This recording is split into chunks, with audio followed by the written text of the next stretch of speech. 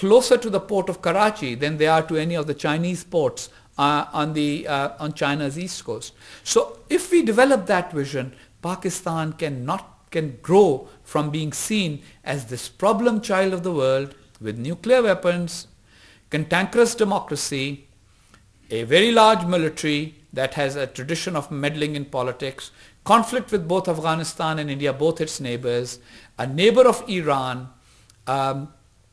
and nuclear-armed, difficult nation, to a nation that can be a long-term American partner for stability in the Middle East, stability in Central Asia, and stability in South Asia.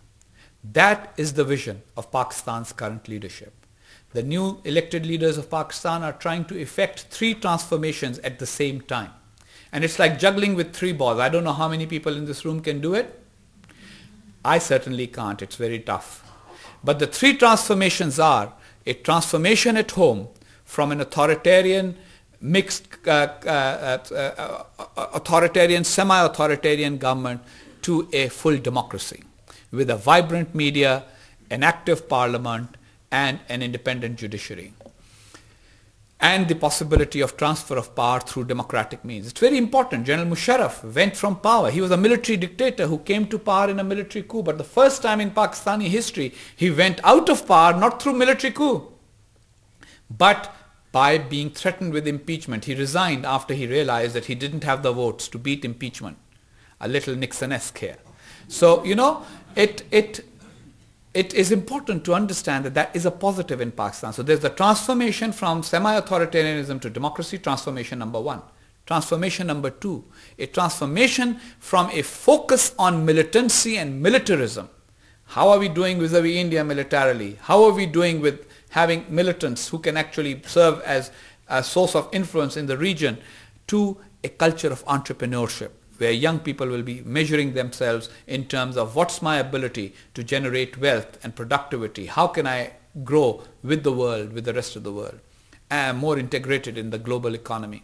Third transformation is the transformation from being a nation at the crossroads of conflicts to a nation that starts seeing itself as sitting at the crossroads of opportunities.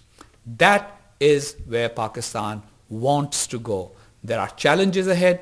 There are difficulties ahead in a 24/7 news cycle kind of culture where every little event becomes a news story. It's not very easy to effect 3 transformations without somebody somewhere wondering what exactly is going on.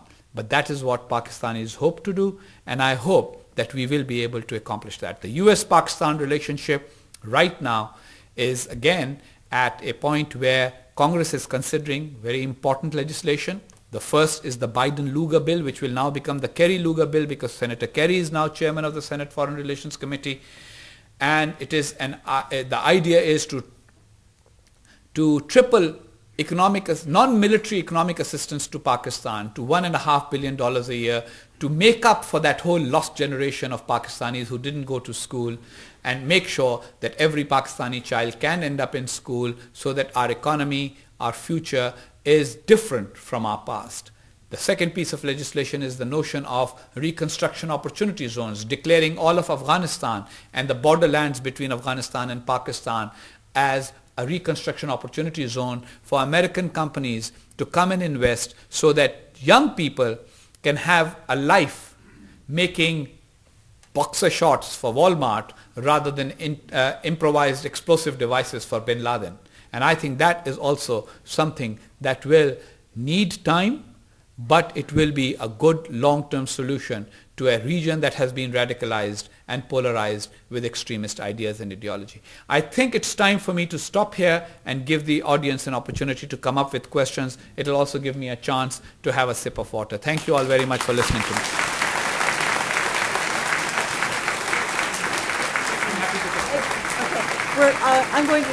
We're going to, members of the staff will pick up question cards. I'm going to start with a couple of opening questions.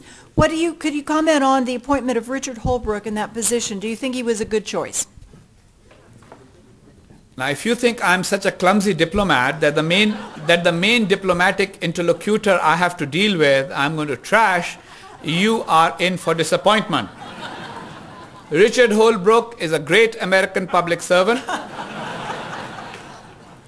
He is the brightest diplomat that the United States has had in a long time.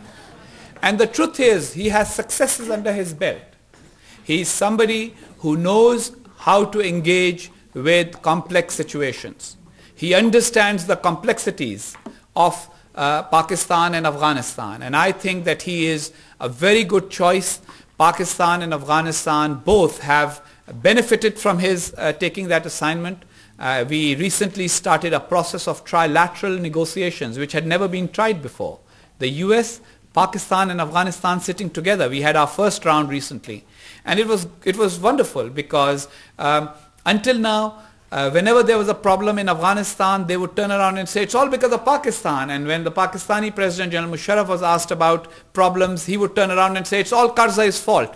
Well, guess what? Richard Holbrooke has been able to bring us together. It's good that we have a new democratic government in Pakistan that looks at things differently. President Karzai and President Zardari get along so much better, although that wasn't too difficult to do because President Karzai and President Musharraf virtually had no relationship. Talk about sort of, a poor relationship. There was no relationship. They just couldn't talk to each other. President Karzai and President Zardari are getting along well, and Mr. Holbrooke is encouraging that. I think Ambassador Holbrooke will continue to engage with our region. And if I may say, when Ambassador Holbrooke first called me and said, so I've been appointed to deal with you guys, what's your comment? And I said, you know what, I'm going to quote Mae West to you. So he kind of said, Mae West? What's he going to say? I said, well, she used to say, I'd rather be looked over than be overlooked. And I said, we'd rather have somebody devoted to dealing with us than have the assortment of diplomats, none of whom pay any attention to our part of the world. Good answer. Okay, great answer. We have so many good questions. We'll try to be really fast on the questions. Can you talk about how much trade exists between Pakistan and India now? Would better economic connections help the political relationship? The short answer to that question is that Pakistan and India don't have enough trade between them. The potential is far greater than the reality. I think that so far political relations have impeded the growth of that trade. There are many things that Pakistan could import from India and India could import from Pakistan, but instead we end up doing trade via third countries like Dubai. So Pakistan exports to Dubai, the same thing ends up in the Indian market instead of going from Pakistan to India and vice versa. I think we have to bring that silliness to an end, and the sooner the better.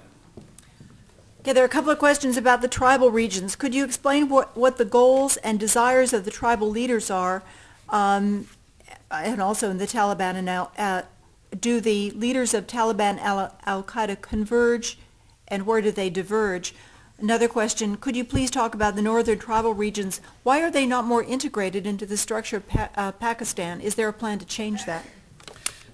Pakistan's tribal areas are a complex region. Basically, during the 19th century, in fact late 18th century, British Empire's biggest concern was the expansion of the Russian Empire downwards, southwards. And so Afghanistan was meant to be a buffer between the Russian Empire and the British Empire, and the tribal area was to be a buffer between Afghanistan and the British Empire. So that was the origin of this whole concept. The British allowed that area to remain backward. They deliberately kept it backward. They kept backward in the sense of modern technology, etc., so that these tribes would remain the way they had lived at the end of the 18th century and early 19th century. And when Pakistan became independent, the government of Pakistan said that we would like them to become integrated, but you can't integrate someone without first providing them the services and benefits of citizenship. You can't go around and saying, oh, by the way, you're going to be recruited in the military tomorrow. That's your first responsibility as citizens. People won't accept that. So the government of Pakistan now hopes that we can bring the services of being Pakistan citizens to these people before integration. What are the goal of the tribal chiefs? Usually, traditional tribal culture is based on traditional codes of honor.